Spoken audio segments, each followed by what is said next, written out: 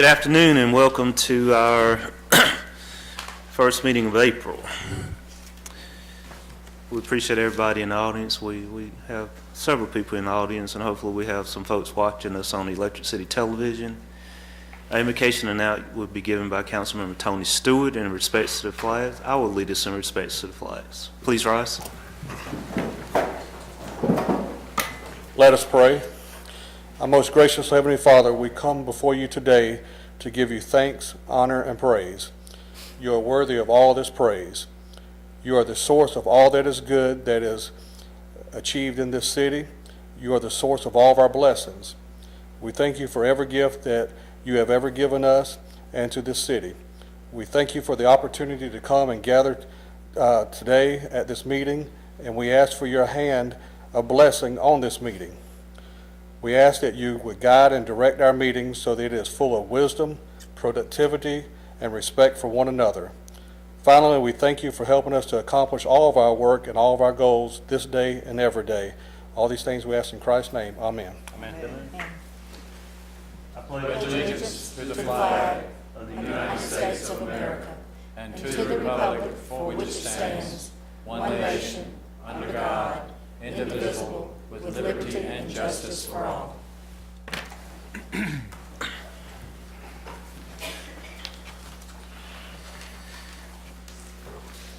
We've got a couple of things before we get into the body of our meeting, and the first one is special recognition. I asked Chief Horn to come up and lead us in that.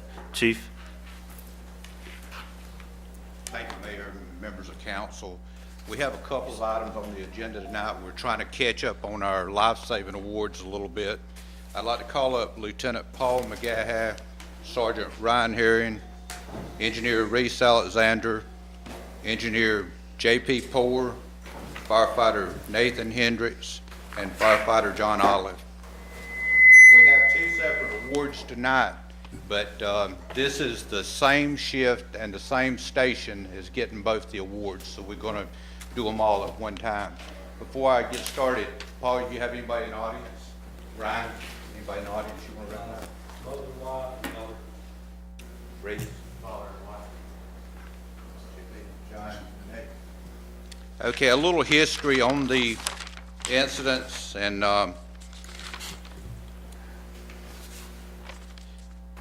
the first one, and the difference in the two calls, as I said, this was Station 2 on C shift. Lieutenant McGaha and Engineer Reese Alexander were off on one of the calls, and Sergeant Herring and Engineer Poore were filling in for them, so that's the difference. All right, this call, AFD was dispatched to a cardiac arrest at Academy Sports. AFD Engine 2 arrived on the scene, found two deputies that were already performing CPR on a male patient. Firefighter Olive and Hendrix reevaluated the patient and continued CPR. Lieutenant McGaha and Engineer Alexander prepped the patient for application of the AED. The AED analyzed the patient and advised shock. After continued CPR and shock from the AED, they were able to get a pulse back on the patient. This is directly related to the actions of Lieutenant McGaha, Engineer Alexander, Firefighter Olive, and Firefighter Hendrix. The second call, AFD was dispatched to a cardiac arrest in the food court at the Anderson Mall. Again, the same crew. AFD Engine 2 arrived on the scene, found a male patient lying on the floor unconscious. Sergeant Herring checked for a pulse, was unable to find one, started CPR. Engineer J.P. Poore and Firefighter Nate Hendrix prepped the patient for application of the AED. Firefighter John Olive applied the bag valve mask. The AED analyzed the patient and advised to shock. After continued CPR and 3 shocks with the AED, they finally got a pulse back on the patient. Again, this was directly related to the actions of Sergeant Herring, Engineer Poore, Firefighter Olive, and Firefighter Hendrix. Guys, on behalf of the City of Anderson and the Anderson Fire Department, I'd like to give you this certificate of accommodation. for the actions that contributed to saving a life.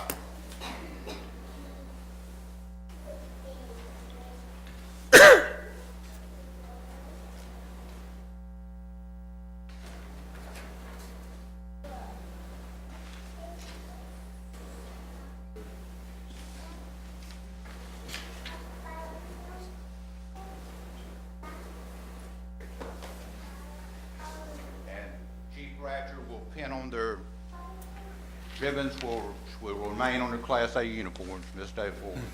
Congratulations, guys.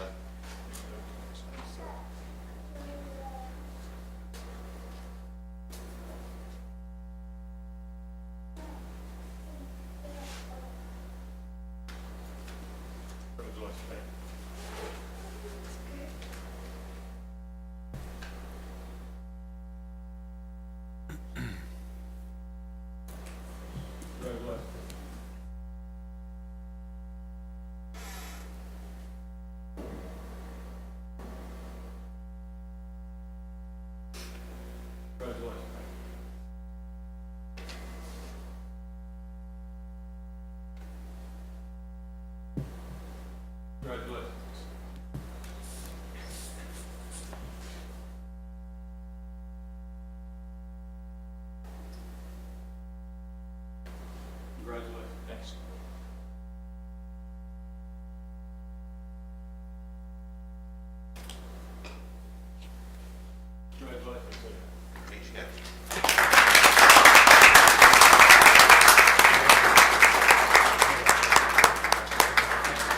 Thank you for doing that.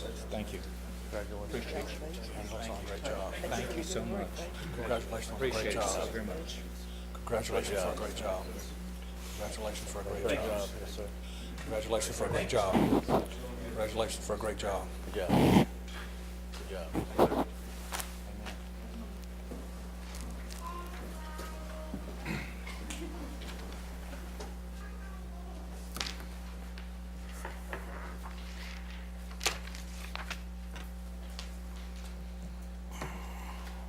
And next, we'll move on to a proclamation in recognizing Fair Housing Month, the month of April. And I ask Erica Kraft to come up and Michael Cunningham.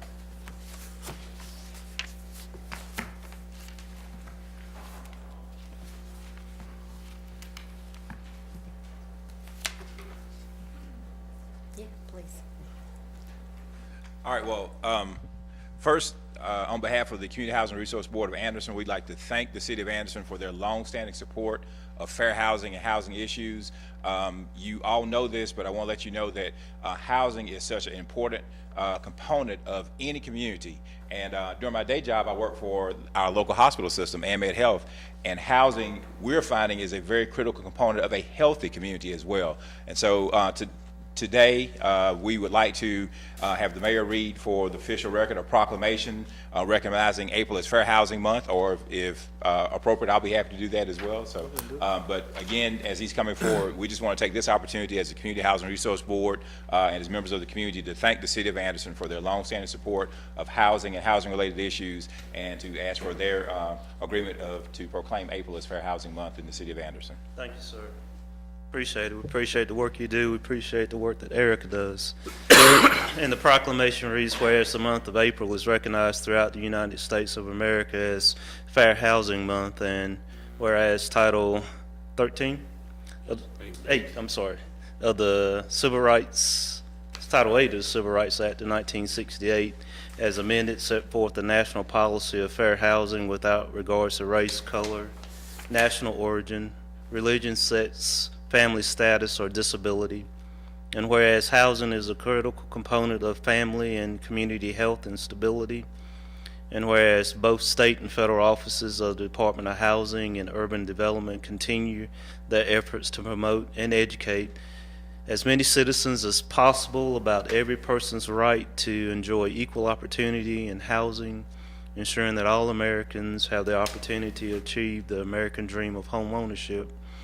And whereas the City of Anderson continues to firmly further fair housing for its citizens, now therefore I, Terrence V. Roberts, Mayor of the City of Anderson, along with my fellow council members, of City Council do hereby proclaim April 2016 to be Fair Housing Month in the city of Anderson, South Carolina, for the significance of fair housing to our way of life and encouraging all citizens to observe and support both the letter and the spirit of fair housing law and an expression of the individual rights guaranteed by the United States Constitution and the Constitution of the state of South Carolina. And we signed it this 11th day of April 2016. I'm sorry, Mr. Mayor. Just one other thing. Throughout this month, there are a number of activities going on. The first of which is coming up this Thursday, April the 14th, at 5:30, where we'll be having a fair housing workshop, where Pat Green, who is Director of Fair Housing and Equal Opportunity Division of HUD from South Carolina, will be our keynote speaker, and that's going to be at the Westside Community Center. And also, April the 26th, which is a Tuesday, from 5:30 to 7:30, we'll be having a landlord-tenant workshop. And that is going to be held here at the municipal building. And so again, I want to make the community aware of those two different events that's coming up this month, and will be great events and great information shared. And once again, I want to thank the City of Anderson for all their support of fair housing for over a very long number of years. Yes, sir. Appreciate it. Thank you. Thank you, Eric.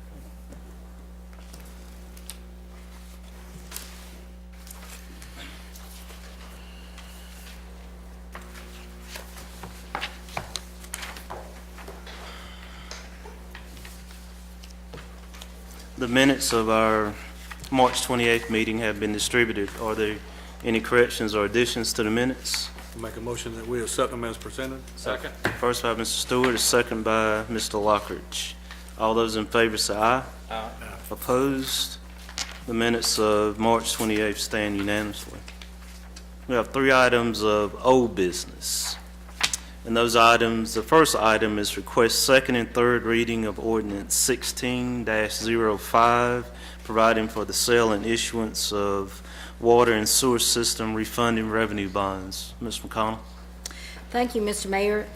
This particular ordinance, as you know, is provided in order that we take advantage of market conditions that can allow us to refund these water and sewer bonds before their maturity, the purpose of which is certainly to achieve savings in our interest cost.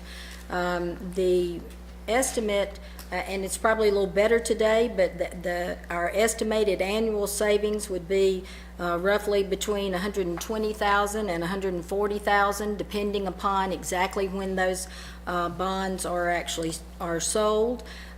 You have previously established the thresholds that we would look at in terms of our internal targets to determine if those market conditions are really right for us to achieve the savings that we are looking for. And based upon the remaining life of the bonds, which mature in 2039, we would estimate the present value of those cash savings to be between $2.3 million and $2.6 million.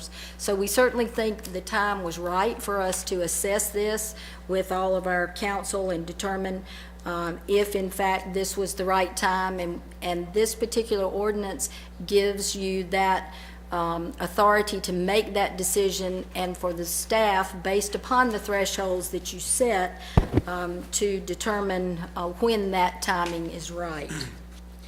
Previously, the Finance Committee, which was the Mayor, Mr. Kervin, Mr. John Roberts, and Dr. Thompson, recommended approval, and of course, you as a council have looked at this on its first reading. We have Peggy as well as Margot Martin in the audience if we need some additional, could answer some additional questions for you on this. Thank you. Mr. Harvey?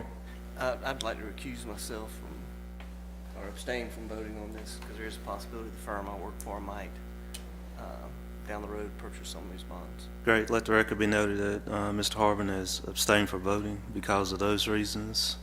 Any other comments, questions? We talked about it, Ms. I Lockridge. think it's a wonderful idea to save money for the city. So I would like to, on second reading, I would like to go ahead and adopt this, this savings. Thank you, sir. Have a first by Mr. Lockridge, a second by Dr. Thompson. Do we have any further discussion? All those in favor say aye.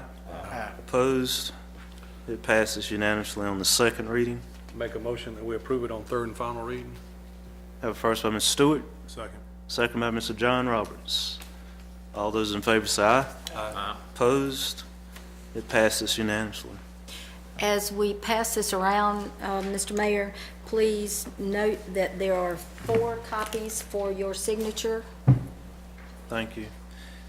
And would want to thank Linda and her management team and Peggy and her folks for this process. I think a little bit different than what we've done before. We set the parameters and waited on the right time, and you guys had to follow that, and so I know you've been working hard on it. Thank you. Second item is request consideration of an ordinance to annex and zone to GC, General Commercial, approximately 5.4 acres located at 624 Highway 28 bypass, and an adjacent 1.41 acres on that's actually owned by the city. Ms. McConnell? We're always happy to tell you about new growth in our city, and this is a good opportunity for us to see growth in the area of 28 bypass. As you stated, it's actually 2 parcels of land in the vicinity of across the street from the Walmart shopping center, and adjacent to some landmarks you may know, Murphy's, Zaxby's, and Bojangles. The proposed use of this, of the larger piece of property is for an Aldi grocery store. This issue went before your Planning Commission on April the 5th, and they recommended unanimously to approve the annexation to General Commercial. We've had no additional concerns or calls or questions from the public, and the staff would certainly recommend, along with the Planning Commission, the approval of the annexation and zoning of both parcels. Thank you, ma'am. Mr. Stewart had Just had a question. one question. It may be a dumb question, but That's why I'm going to let him ask it. I asked him, he doesn't know either. So if it's a city-owned parcel, why is it already in the city? Why are we annexing a city piece of property into the city? Maurice? Oh, yeah, previously it was not contiguous to us. This Aldi piece makes it contiguous to us, which is why we're bringing that in. So we have other parcels that we own in the county that's not in the city limits? Sometimes we do, yes. So it would not be unusual. It might be something that was utility-oriented that we own, but would not necessarily be inside the city. Okay, thank you. That's what I told him, but. Any other questions, comments? Motion to approve this, Mayor. First by Mr. Harbin, second by Dr. Thompson. Further discussion? All those in favor say aye. Aye. Opposed? It passes unanimously. Our third item of old business is request consideration of an ordinance rezone 407 Concord Road from a R15 single-family residential to NP neighborhood professional. Ms. McConnell. This piece of property is a single-family house. It is currently vacant, and it has been used for housing in the past. The classification to NP, neighborhood professional, is one that allows for transition from a residential use into a commercial category, but bear in mind that this neighborhood professional does not permit retail sales, so it is a less intense type of zoning category.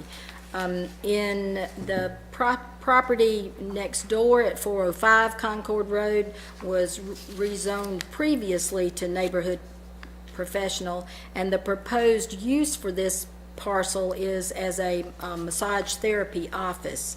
Again, this also went before the Planning Commission on April the 5th. Planning Commission recommended approval of it unanimously. There was no public opposition. And bear in mind that once the rezoning, should you rezone it, it would still have to meet the other requirements as far as off-street parking, whatever code building code regulations are necessary to change that occupancy to commercial, and landscaping requirements as well. Thank you. As you said, it was passed unanimously in committee. Any other comments or questions? Were there any, was there anybody in the community that didn't want this to be done? No? No, sir. I move that we approve this on second reading. This on It's, it'd be approval. First It's still of this first reading. first reading. Dr. Thompson approved it on first, Second. second by Mr. Lockridge. All those in favor say aye. Aye. Opposed? It passes unanimously on the first reading. We'll move on to new business. And the first item of new business is request consideration of a resolution for application to the South Carolina Clean Water Revolving Fund Authority for $6.8 million to replace 2 sewer pump stations. Ms. McCall? Just to get you a little bit familiar as to where these pump stations are located, you might have known them previously. The northwest pump station we formerly called the Mall Road pump station. It's actually located off of MLK Boulevard. The northeast pump station is located off of Kings Road and Wedgwood Drive. These are 2 projects that were in your capital fund, master plan, and your capital fund for projects going forward for our wastewater treatment system. And we also believe that we will be the lucky recipients of a $500,000 grant from the Appalachian Regional Commission. If we receive that grant, as we believe that we will, that would reduce the amount necessary for the SRF loan from 6.8 to $500,000 less than that. Now, we have already approved previously the design of these 2 pump stations with Design South. They're doing the engineering work on that, and we will bring we'll bid those projects out and bring that back to you at a later date as far as the construction itself. So the only thing that this resolution really does is gives us the authority to apply to the state for loan funding for this project. It is true that for projects of this nature, the current interest rate for this year is 1.8%, so it certainly is a good rate in terms of borrowing the dollars. And we estimate that our debt service payments annually would be $268,000. This is money that is already budgeted in your sewer budget for those capital items in our EPA project list. So the staff would certainly recommend that we apply for these dollars. Jeff is here if Jeff, you have anybody have any additional questions? I do. Mr. Kirby? Is that going to be on a variable rate? You say the current rate's 1.8, but does that mean it changes from time to time? Or? No, the current rate this year for borrowing. But that would be a locked-in rate. And what's the, Locked in fixed rate like your house mortgage, okay, what's the term of this loan? 30 years. 30 years. When were these pump stations built? They're over 50 years old. What's the expected life of these new ones? Expected life, the industry life is around 30 years, but we certainly got more out of the first one. Okay. Well, I think this is something we have to do, but I do think that we need to be aware, and I'm sure we are, of the total amount of debt that we have incurred. And just looking at the information in this resolution, it looks to me like since the oldest one is like 2002, I think, or so, and on up various bond issues that we've done for water and sewer. And with this one, the total's now going to be about $100 million, which is sort of a astounding figure. But so I think what I would like to see is that we get a better handle on the matching the term of these loans with the life of the things we're building with these loans. And hopefully that's what we're doing, but I want to make sure. And then, we need to be vigilant about trying to keep this debt in a manageable level, because if we don't, then it's gonna cause rate increases, and they're already pretty high now, and we don't want them to get so high people can't afford it. So, just my comments. Thank you, sir. Thank you. Anything else, guys? And Mr. Mayor, I want to thank Margot and Jeff both and Peggy for their work on this particular project. Who's the umbrella of the Anderson Regional Commission, the Appalachian Regional Commission? Is that under the Council of Governments, or? I believe that's right. ACOG? We go through the ACOG in order to get it approved, but it is actually federal dollars. Federal dollars coming through, the conduit is the Correct. Council of Governments? Yes. Okay. Any other comments, questions? I make a motion to approve this, Mayor. Well, first by Mr. Harbin, Second. second by Mr. Lockridge. Any further discussion? All those in favor say aye. Aye. Opposed? And I think Steve makes great comments. And we talk about, the pressure of local governments and unfunded mandates and things that those liabilities always land squarely on our citizens. And sometimes, as Mr. Kervin says, sometimes even grant money or free money, we always have to, low interest money, we have to pay for that some kind of way. So, good points. Our second item of new business, request consideration of a construction contract for the West Franklin area water line replacement project. Well, this seems like it's utility night to Yes. talk about projects. And one additional project, this is in the water line replacement arena in the West Franklin Street area.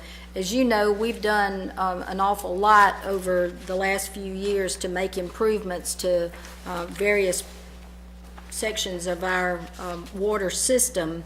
And this particular one identifies not only West Franklin Street, but other streets such as Booker, Rose Hill, West Reed, Johnson Streets, and then some smaller internal streets, Smith Street, Casey, Bird Lane, Montague, Eleanor Street, Cathcart, Armstrong, Cunningham, and Reed Court, and West Morris and Owen Drive. So it covers a pretty large area.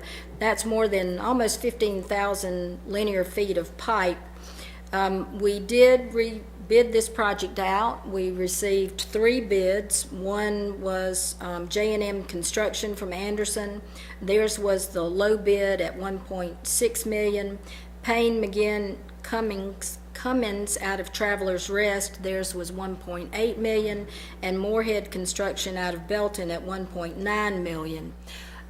We would tell you that in our pre-design estimates, we thought this project would be somewhere in the $1 million price tag, so it certainly exceeded our pre-design estimates significantly.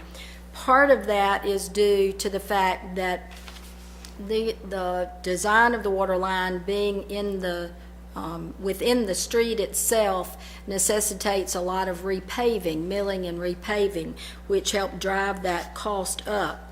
So the staff negotiated, as your procurement regulations provide for, negotiating with the low bidder to determine if there were alternative ways to install those lines that didn't require the substantial amount of paving that the initial did. And what we've done with this particular alternative is we're still within the right-of-way, so we're not having to acquire right-of-way in order for this line replacement, but it is a change to the design, so it's not essentially in the middle of the street. That increased some of your linear footage cost due to that placement, and it also changed your pricing on your milling and replacement of the pavement itself. Nonetheless, it did reduce the cost, the total cost of the project, by $325,584. This is a project that is estimated to take 180 days to complete. And as I'm sure some of you have heard many times before, and Dr. Thompson, you've probably heard it, this will certainly help the water quality in this neighborhood. The water is going through old cast iron pipes, and staff regularly flushes those lines to try and keep those clear. Our funding will come from the water operations budget, the capital projects fund that we have, and have identified this. Again, it's been in your master plan. So our recommendation to you is kind of twofold. Number one is the approval of the construction contract with the low bidder J&M Construction in the amount of $1,669,807.45, and also the change order, the deduct change order, in the amount of $325,584.97. So your project cost is reduced to $1,344,000. Again, Jeff is with us this evening and can help answer any specific questions that you have about this project. Thank you. Appreciate it. Come on up, Jeff. Comment while Jeff's coming up, because this is in my area. And for years, we've had the quality of water in that area not what it should be. So I'm sure the citizens in the west side of town would be very happy to see this done, because it's a needed project. And to that, we're planning to attend the West Side Coalition, Community Coalition meeting next week to Very good. let them know. Just have a couple questions. One, I know later part of last year, early part of this year, I know there was a list of roads that came out by the county that they were going to be paving. And I just want to make sure that we kind of coordinate these efforts with those roads, because I would hate for them to come out and mill the road, then repave it, then we come right back out there and tear it, have to cut it up again. And Well, that's a standard rule. You can't do a project like this after they repave the road. But West Franklin actually in this area is on that list, so it is important that we get this done. yeah, so make sure one does, be Absolutely. best if we can do our work first. Yes. And the other question I had, just help me understand, under the pipe installation, the price is increasing from $36 a linear foot to $39, and the milling and roadway milling is increasing $13 to $14. So we're increasing in price, and how are we saving?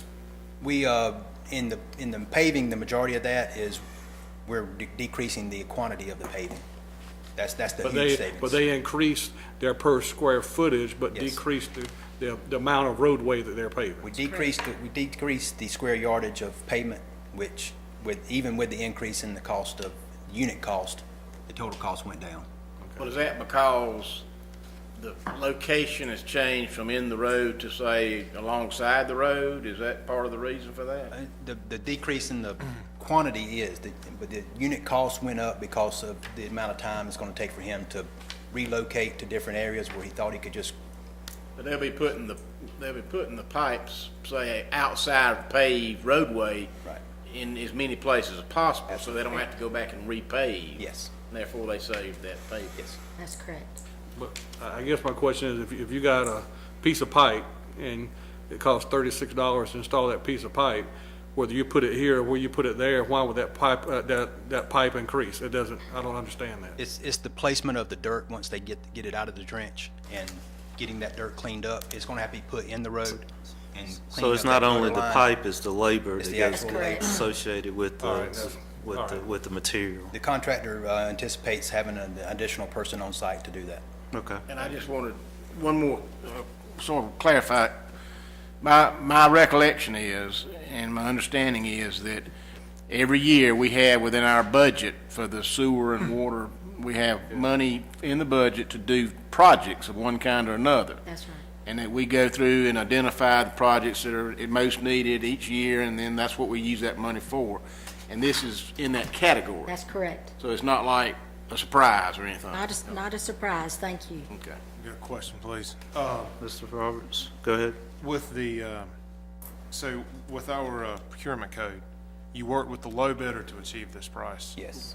Was your quote, did they provide a unit price? Did all of them provide a unit price for their paving? Yes. So based on their unit prices, were you able to go back and look and determine the other ones?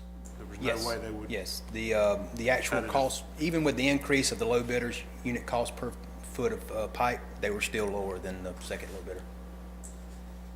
Thanks, Jeff. Will there have to be road closure while you're doing this? That will not be allowed to close the road on state roads, but we will have maybe detours, one lane closures maybe, but not complete closures.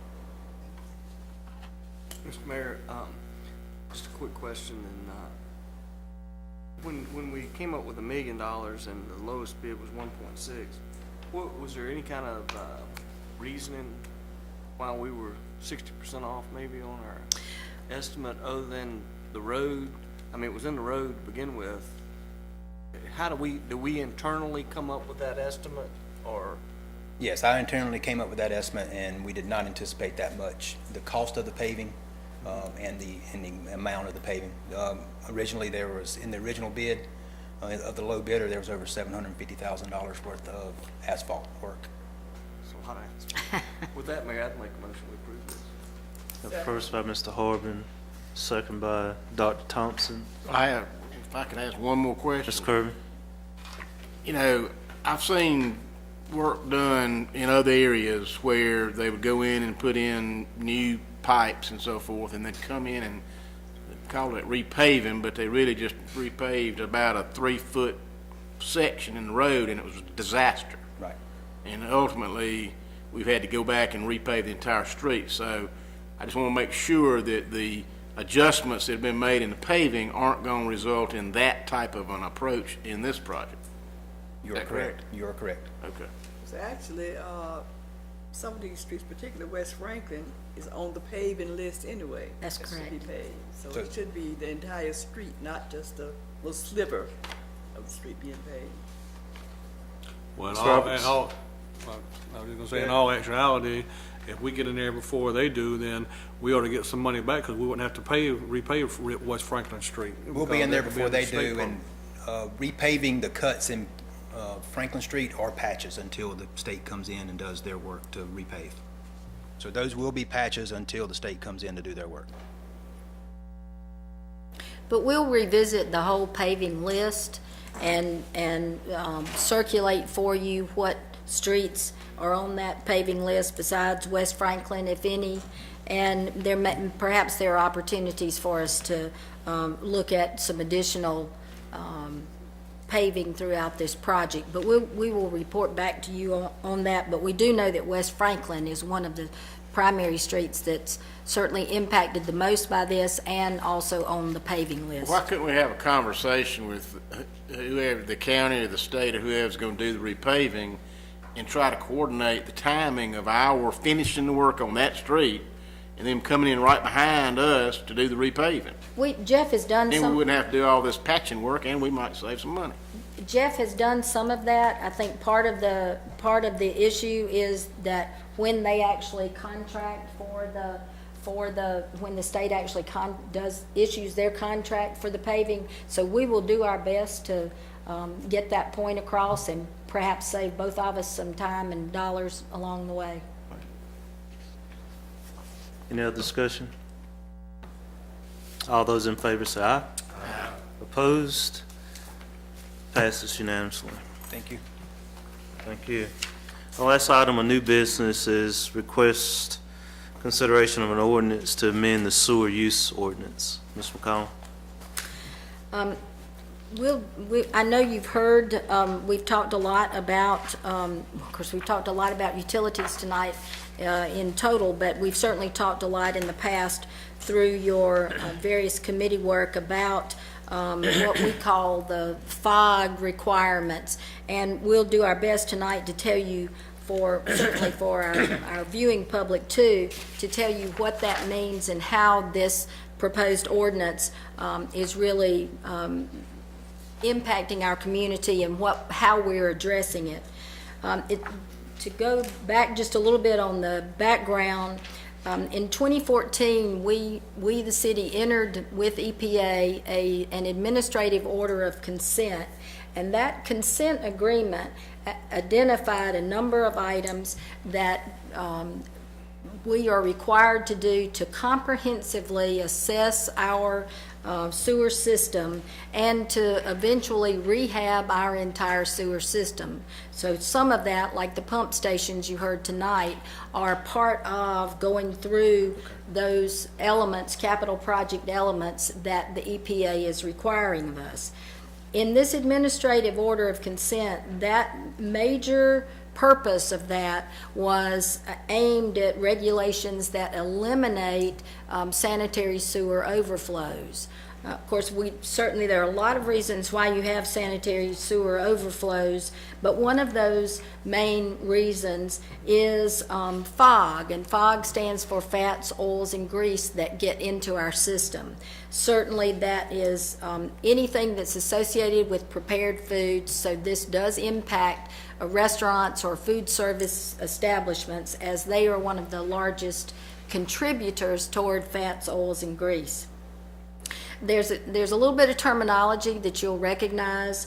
The ordinance deals with brown grease, and brown grease is that grease that actually comes from your sinks when you wash your dishes, in your food prep areas, your dishwashers, your floor drains, that kind of situation.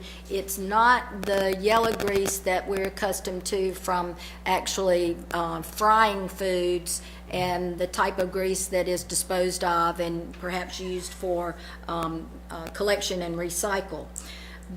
This particular ordinance will impact all of our food service establishments.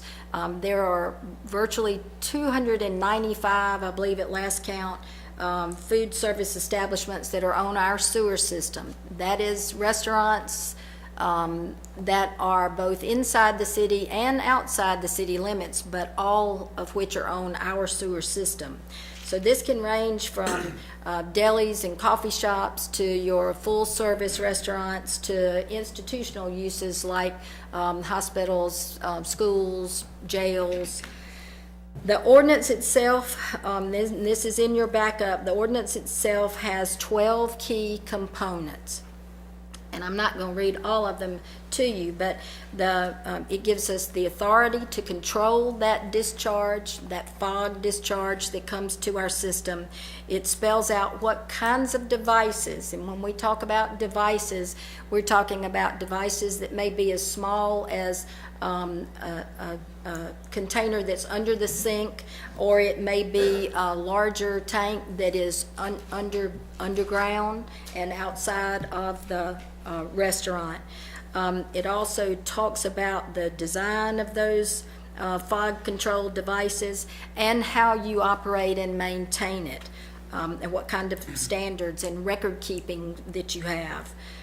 It gives us the ability as the owner and operator of the sewer system to work with those restaurants, to understand how their record keeping is, to understand what their system is, to help them be compliant.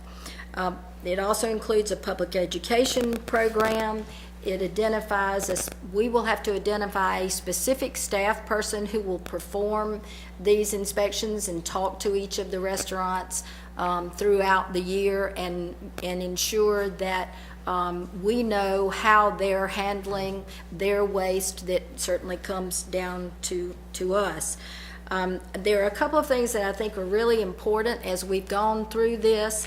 I know we feel, and certainly the restaurant owners that we've spoken to, it's not exceedingly pleasant when you feel like you're being mandated to pass along the rules from EPA and hand those down to our local businesses. So we wanted to, as your staff, to clearly understand how these rules were impacting our restaurants, what it meant to them. Were there things that we needed to know about how they operate that would help us make this more meaningful, but at the same time a little less hard to swallow in terms of requirements that we're being made to enforce. The good news about that, out of the sampling of restaurants that we've met with thus far, a lot of the restaurants already have systems or some type of grease mechanisms in place to meet these regulations, and that's good news. It's also correct to say that of the newer restaurants that are out there over the last probably 3 years or so, maybe longer, a lot of those restaurants have those in place because they were being required to do so by the plumbing code. So it's not just EPA that is requiring these types of clean water rules in place. Your plumbing code is dealing with that as well. Now, EPA has reviewed our ordinance and proposed ordinance, and they have reviewed our plans on how we intend to implement this and the timetable for it. And please bear in mind, we are not the only city or sewer system operator that is having to do this. This is already in place in a number of cities, not just in South Carolina, but across the nation, that are already implementing FOG regulations. To talk a little bit about the process, and I think you have a communication piece that we are sharing with our restaurants, and we'll be sharing more as we move forward with this. Our process says that we will begin, our first step will begin in May and June when we send out a survey or questionnaire to our restaurants, asking them to give us some kind of basic information about their operation. Things like what types of equipment they have, what types of grease control devices they have, how many seats do they have in their restaurant. Things that will be important as we try to classify them properly. That classification is important because that tells what size or type of grease mechanism that restaurant or food service establishment needs. So if it's a deli or a coffee shop, it would be a class 1. If or in all likelihood, it would be a class 1. If it is a full service restaurant, it in all likelihood would be a class 3. One of those institutional uses that we talked about would probably be a 5. But the importance of that, again, is that survey will help be more specific to a particular restaurant and the things, characteristics of it, so that it may be classified at the lowest level possible. So that's going to be a very important part of the process. What about the greasy spoon? What would that be? Well, the greasy spoon, Would that be 1 or a 5? I guess that depends on how many hot dogs you ate there. The next step would really be to make those site visits to each of those 295 establishments in the fall of this year, and then essentially we'd have about a year. The restaurants would have about a year to make whatever changes or modifications might be necessary. And again, everybody out there might not have to make modifications to their system. It just depends on what they have in place. And our commitment certainly is to work with each of the restaurants so that we can help them find the right mixture. Ultimately, as we said, EPA is going to require, they are requiring that we adopt the FOG regulations, and our pledge to those that we've spoken to and all the others that we've yet to talk with, our pledge is to ensure that we've done our best to minimize the impact of these regulations on our local businesses. I've said a lot in a hurry. Jeff is here. David McEwen, our assistant city manager, is here. The three of us have been a number of places already to try and talk with our restaurants about this, and it's been a very good process for on our end, and also just the ability to communicate with the people who do business in our community. So we would certainly recommend approval of first reading of this ordinance, and it does amend your existing sewer use ordinance. Thank you. Ms. Stewart? I'd just like to echo what our city manager has said. When this thing first came out, I got several phone calls from businesses that were really upset about, we're getting ready to put another fee on, what's this all about? But I just want to thank our city manager, our assistant city manager, and our utility director, Jeff Caldwell, because after going out and meeting with these restaurants, those same restaurants who called me complaining called me back to say they're okay with it now, and they really appreciated staff coming out and explain what was going on. So I just want to thank you publicly for going out and to do a little bit of that educational process. And as any new thing that we embark on, education goes a long ways to help our citizens understand, what we're trying to accomplish is our end goal. So again, I want to thank you for what you do. Thank you. Anything else? Comments, questions? Mr. Roberts? I'll also echo what Mr. Stewart said. Talked with a lot of people as well, and I know you've done a lot of homework on it, and this is somewhat of a heartburn for all of us because we're implementing something that we know is going to be a cost, and we're going to end up paying for it at the end as the end consumers as well. We know that we don't have the option not to pass this at this point. We're EPA mandated to move forward. Hesitant on some things we've discussed earlier with regard to, how we're going to work around some of the existing sites that may have issues and the cost that's going to come to a lot of the restaurants. But we'll hold you to the pledge to minimize impact. Yes. Which is what y'all said just a few minutes That's ago. right. And I think as a council and as a city, that's what we need to be very aware of, and communication is going to be the key on this one. So, And I served on this committee also, and it's been quite a learning experience for me to think about all the grease that comes out into our sewer lines and our streams, and why we need to do this. Thinking, of course, what it's going to cost the people who run the restaurants, and trying to minimize that. But I can see why it's really important, because I was really shocked to find out all the grease and stuff that comes through our sewer lines and clog them up. They get into the stream, they make the fish sick, whatever. So it has been quite a learning experience for me to go through this. Mr. Kerr? Has for us too. Well, in the meetings, one of the questions that came up that I don't think we have got an answer to was, supposedly the county already has some type of ordinance that deals with this issue. Now, I don't know whether that's right or wrong, but that's what I've read in the paper. And my question was, what is the difference between what they have in their ordinance and what we're proposing to do here?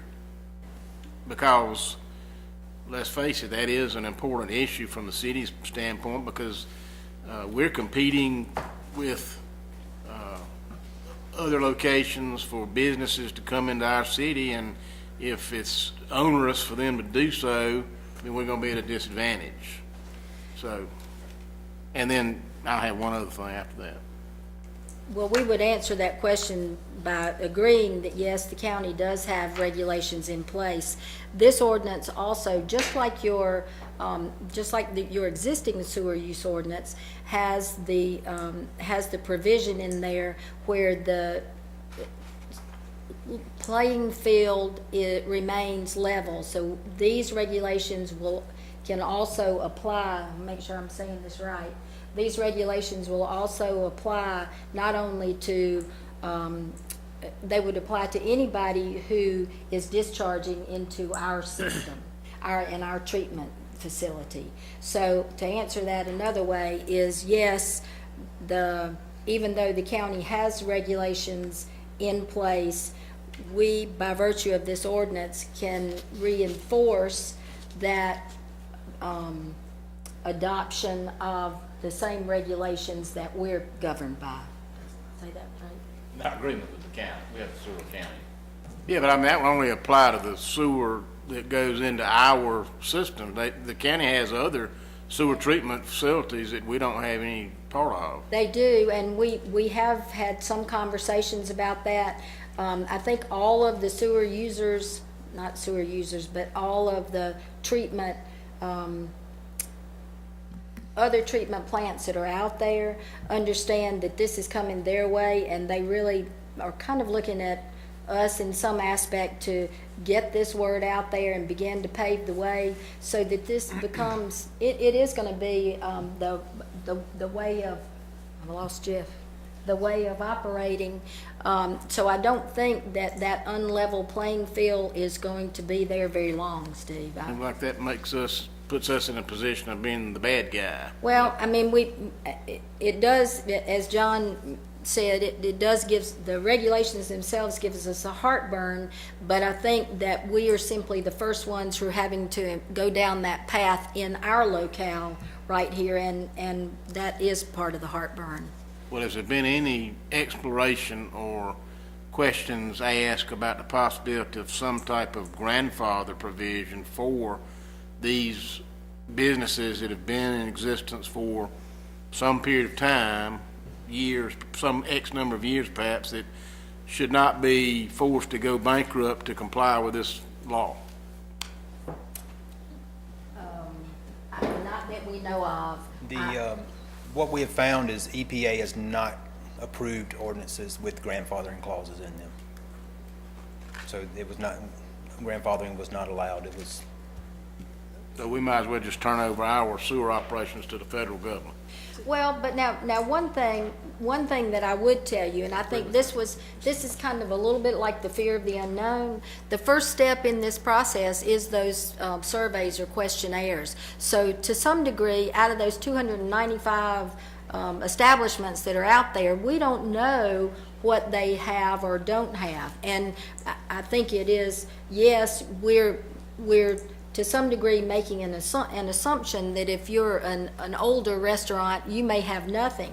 By the same token, what we're finding is that a lot of the restaurants, even those who have been there for some longer period of time, have their own protocols in place because they're using their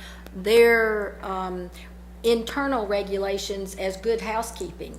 If your hood is covered with grease, your potential for fire is greater. If you have a backup due to what you're putting into your drains, the backup occurs on your end first before it occurs on our end. So to a great degree, we're learning, and we're still learning, but those that we have talked with, those restaurants we've talked with, a lot of them have protocols and equipment in place to already handle their grease. But there are plenty more out there that we haven't talked to, so I think that's the part of what the benefit of the survey will tell us is really where does our food service population land in terms of what impact and what kind of modifications or improvements they may or may not have to make. You know, why would we not do that first? We are doing that first. So we're going to do that before we adopt this ordinance? No, that will start, really, we don't really have, I mean, we can send out a survey, but your true authority to do it begins with this ordinance. So we're passing the ordinance, and we will start that survey process, excuse me, in May. And we've shared that with those that we've already talked with. Well, I mean, do you know why we got on this target list or whatever it is? Because of the sewer overflows that we had. You know, and like we said, they happen for a whole variety of reasons. Some are weather related, some are because you know, Vandalism, roots, collapsed infrastructure. Grease is just one of those things, and we had some grease-related overflows in the list that we have to give to the regulatory authorities every time we have an overflow, and that was one of the things that they looked at. And we have to report it. Anytime we have an overflow, we have to report it. It is those reportings and the number that you have that was the trigger that sent EPA on the path of saying, you got to do something about this, and we're going to make you do this litany of things. And this pod being one of those items. Well, it just seems like that in some ways we're using a bazooka to kill a fly with the, with the scope of this thing. It really does frighten you in a way that there's this much authority coming down on these people out trying to make a dollar doing a business of some kind of food business. And I mean, I just want to be sure that we have done everything within our power to try to soften this and try to negotiate what's in this thing and try to help these businesses survive. Can you tell me that we've done everything possible? Yes, I can tell you we have done everything that we know possible to do, including stretching the time out, asking for, doing all kinds of research on what other cities have done or systems have done in terms of their ordinances and trying to find, and I don't mean just in this state, I mean, we've looked at other states to determine, what is acceptable to EPA and what can we soften or extend or modify. So I can tell you our staff's worked, very diligently to try and put this ordinance in place to make it as palatable as we can and still meet EPA's requirements. Would it be fair to say that not only in this state, probably countrywide, especially in our joint regional water system, where us and Clemson are the biggest user of water and sewer? And so would it be fair, Jeff, to say that it impacts municipalities more just because of more restaurants and concentration of people, as opposed to, I mean, I'm sure there's still use of septic tanks outside of urban areas. You're exactly right. Is that a fair assessment? Yep.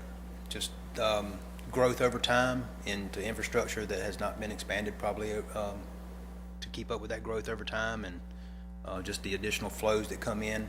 But because I know that, the Columbias and Yep. Greenville and Spartan, the bigger, it seems like the bigger systems in the state are getting pounded by the EPA because of those violations, and probably it's because of that concentration of, we're probably producing the majority of what they see as their problems in regards to clean water.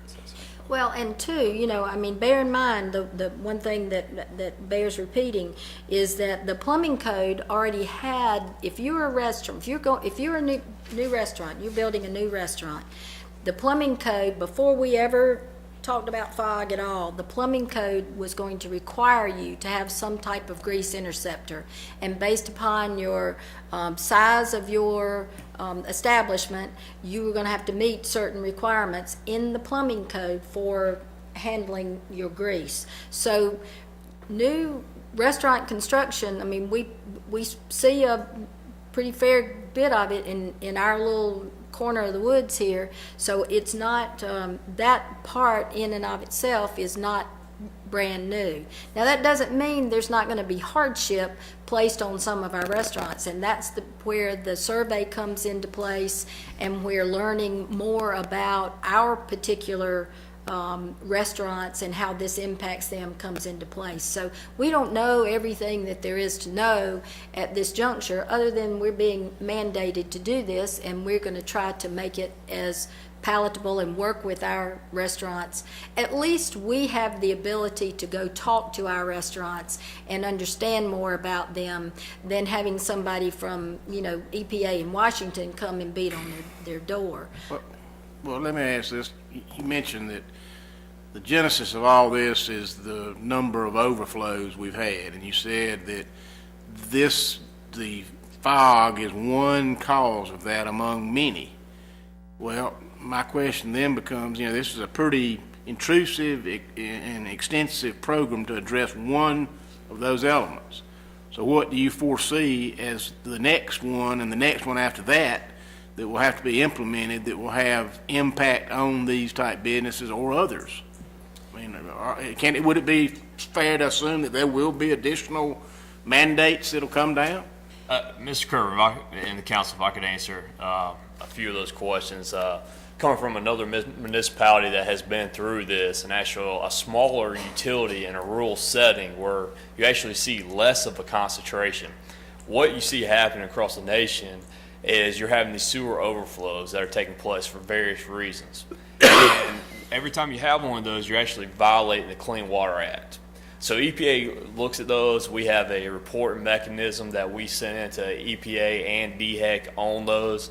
And as they evaluate them, they're coming to the sewer utilities and saying, listen, we're going to do an administrative order of consent, which we're in with the EPA, and another municipality is in, we're actually in it directly with DHEC. And as a part of that program, you have several benchmarks you need to make.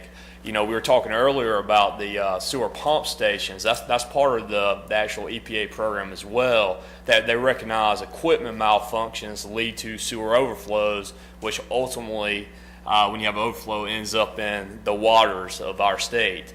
And so that capital improvement was part of the requirement, too, of the administrative order of consent, that you're upgrading your equipment.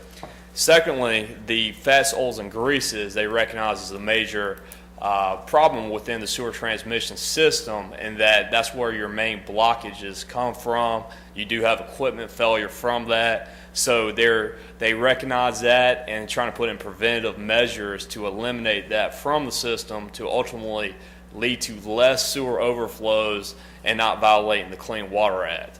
And so this ordinance here does require to operate a restaurant to have a grease control device.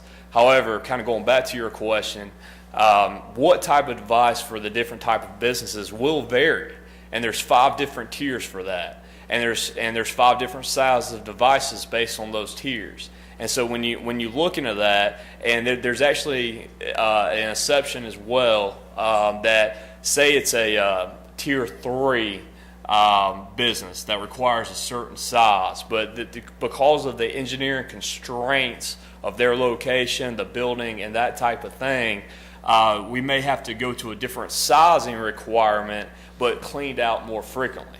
But at the end of the day, there will have to be some type of grease control device for every restaurant. I hope that maybe answers some questions. Well, actually it didn't, but On the other regulations coming forward, we do have 10 programs under the CMOM umbrella through EPA, our administrative order on consent with EPA, and those are tackling the infrastructure that could break down our pump stations, like David said, the roots in our lines. We have to look at our system, every linear foot of our system and every manhole over a 10-year period, 10% every year. That will address the other issues that we see related to sanitary sewer. but we've already been doing some of that. Yes. Yes. Those are part of the other programs we've developed and are starting to implement. Well, I think going forward, I think if we can work on a solution to stop all these sewer overflows, then we won't be facing mandates like this coming down. So I don't know what we can do Oh, I to bet you address will. all those things. It seems like that's the root of our problems, all the overflows and The whatever. people you're dealing with, they're gonna have mandates after mandates regardless. They're never gonna be satisfied until you can go out and drink the water out of your sewage outlet and be happy. Are you gonna be satisfied? Well, I mean, I just think it's a situation where the federal government is overreaching and placing an unfair burden on people who've been in a business and they've been trying to get by, and they're not, most of them aren't getting rich doing what they do. This is just gonna be one more, major problem, I predict, for some of these people. It's gonna be devastating.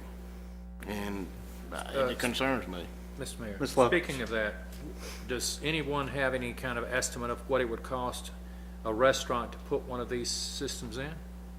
It depends on what kind of system it is. Let's use a 3. And it also depends on the footprint of their land, building and their land. It might also, it's really hard to say, Mr. Loffridge, because it also depends on the elevation of the property. So there are an awful lot of variables. I would be very hesitant to to put a price tag on. When we looked at our other municipalities, what have they seen their restaurants, from a low range to a high range? I'd rather bring that back to you after we confirm that.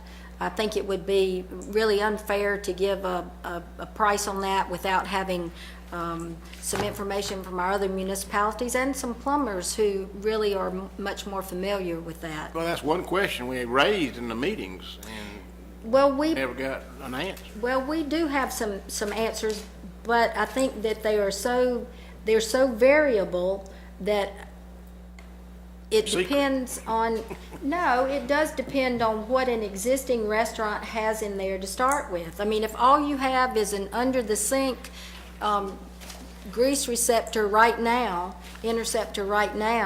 and yet what you really need is an underground tank, then that's a completely different cost. Did you not find that some of the restaurants probably already containing that grease? Well, that's what we're saying. What we found thus far is a number of them already have what they need in place. This is, obviously, for all of us, this is that heartburn we're talking about because we're being mandated to pass this along to our local businesses. But in the end, we're still being required to do this. Well, I would make a motion that we approve it on first reading, and in between first and second reading, that, that we kind of get some of these answers brought back to us, before the second and third reading of the ordinance. And one is also just to ensure one of the things Councilman Kervin said. I know we had heard from what other municipalities where we said, well, the EPA, from what we've seen, haven't passed any ordinances having a grandfathering clause in it, but have we had direct conversation with EPA to ask them directly ourselves, will you pass it with a grandfather? I didn't hear that we had that. I heard that we saw what other municipalities have done. I just want to make sure that we've asked the question ourselves between first and second reading. Yes, we have asked that question, but we will confirm all of that for you. And when Motion, we approve it on first reading. Second. First by Mr. Stewart, second by Dr. Thompson. Mr. Harvin. I'm crushed, I'm hurt. I want to make sure that, one of the things I've heard and looked at, Mr. Kervin, to sort of talk about a little bit of it, the restaurants that y'all visited or gone out and seen, the ones I've talked to, there's a lot of our restaurants in our city that are good stewards with Yes. and already treating them. they are. And already have stuff in place. And I think we go down and already invested a lot of money in taking care of it. And they're competing with another restaurant that's not doing anything, that's putting it straight down the drain. So, I think, where that line is, I don't know. But I think this is a good starting point, and it always can be adjusted down the road. Thank you. But no, it won't be. Yeah, I agree. I think, just to wrap it up, always on things, and this has been in front of everybody, it's been covered by the newspaper, and nobody from the restaurant business is in the audience tonight. And I think that has a lot to do with being proactive and going and talking to people. Now, on the other end, we've got to try to make sure that we are diligent about going forward. Well, let me just say that, I'm certainly not advocating people putting grease and oils into the system. I think that's wrong and they shouldn't do it.